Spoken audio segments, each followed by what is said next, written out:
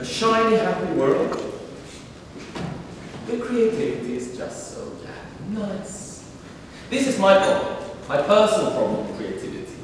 I have, by training and by upbringing, I am thin, an almost allergic reaction to anything that's crazy. Nice. I like things that are jagged, things that are dark, and things that are more, according to Southern Aurora, in the true spirit of this decaying world. But I also believe that the nicety discourse, the discourse where creativity has become a fluffy bunny concept, might lead us not to ask some of the more important questions about creativity and truly go into the spaces where creativity becomes important. And I started thinking about what is the substance in the debate about creativity, creative cities and creative regions, and where is the notion of critique? Is creativity truly the one thing that exists beyond critique, the one thing that we have to accept as is in pure form? And what I want to pose as a question, and I am provoking, of course, is the question, how can we think creativity beyond its ideology? How can we free creativity from its ideological straitjackets? Now, of course, every time I bring up the notion of ideology, people start looking at me strangely. Because ideology today stands for very few things. Ideology stands for Muslim terrorists, which is ideology as the true other. Ideology stands as something that was before the Soviet Union fell. Yet I believe that ideology is actually a very simple and easy to use concept of trying to disentangle our thinking regarding specific concepts. I wanted to point out some notions about the ideology of creativity. Because what is an ideology? There are, of course, numerous definitions. Althusser has his, Marcuse has his, Zizek has his. But in the simplest form, ideology is simply the way we think and the limits to our thought. That which we believe is normal and true and right in the world. Those things we are not necessarily capable of challenging thought. And this is the first one, my point against or questioning creativity. Creativity is always already seen as a good thing. It's very rare to find any debate about creativity which doesn't start with the notion creativity is important, creativity creates value, creativity is the big thing today. This might be true, but the very thing that we never challenge, this statement, leads us into a problem. Creativity has become a weapon in discursive warfare. We, the creative ones, against soulless hordes. The artists and designers against the soulless managers and business people. Creators against bureaucrats. Creativity is seen as panacea, seen as the one thing that can solve any problem. Low taxes, low tax incomes for a state, more creativity. Low nativity, more creativity. Saving the city, more creativity. Creativity is often pointed out as a universal tonic, something that's capable of doing almost magical things. Creativity is fun, my personal favorite thing to hate. Having worked with creative people for quite a long time, having worked on several creative projects, I know this is not true. Creativity is often horrible. Creative people can be the worst in the world.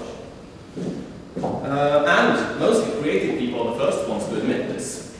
Creativity is not necessarily fun. Creativity can be work. Creativity can be complete drag. And also the assumed lack of limitations to what creativity can do. And also this, the link to freedom.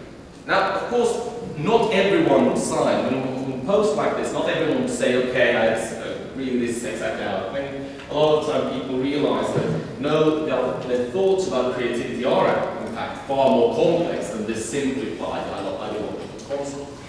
Reading what's written, reading for if you want to go back to the classics, even Greenwald Wallace, these are notions that somehow exist in the subconscious and creative thought. Ideas that are very rarely challenged. In particular, when we start thinking about the created city, these start to re-emerge. We have today, or will today, and have in these days, seeing a number of projects attempting to position creativity as a key element in the economic development of regions. In the US, this has mostly been done on a city planning level, where Florida's notions of creating creative enclaves in cities as an engine for developing cities. In Europe, we've seen more regional planning notion. But in both cases, the idea is that by harnessing creativity, somehow capturing it, we are enabled to develop a city. And this creative city is free, it's good, it's value producing, and it can do anything. Florida is particularly acute at this. If you actually read Florida's thesis, where he claims that simply by rezoning cities, you could generate an almost limitless value production and also truly live up to the American ethos of freedom and justice for all. The creative city is thus linked to a number of other ideological projects, and also the ideological city is assumed to be a very homogeneous, very simple structure, one that can be transplanted from one place to another. Two approaches normally used, of course, rebranding and zoning, one assuming that we can actually engineer cities in becoming more creative, the other by branding cities as cultural, creative, innovative, or whatever. You create energies in the contemporary urban experience.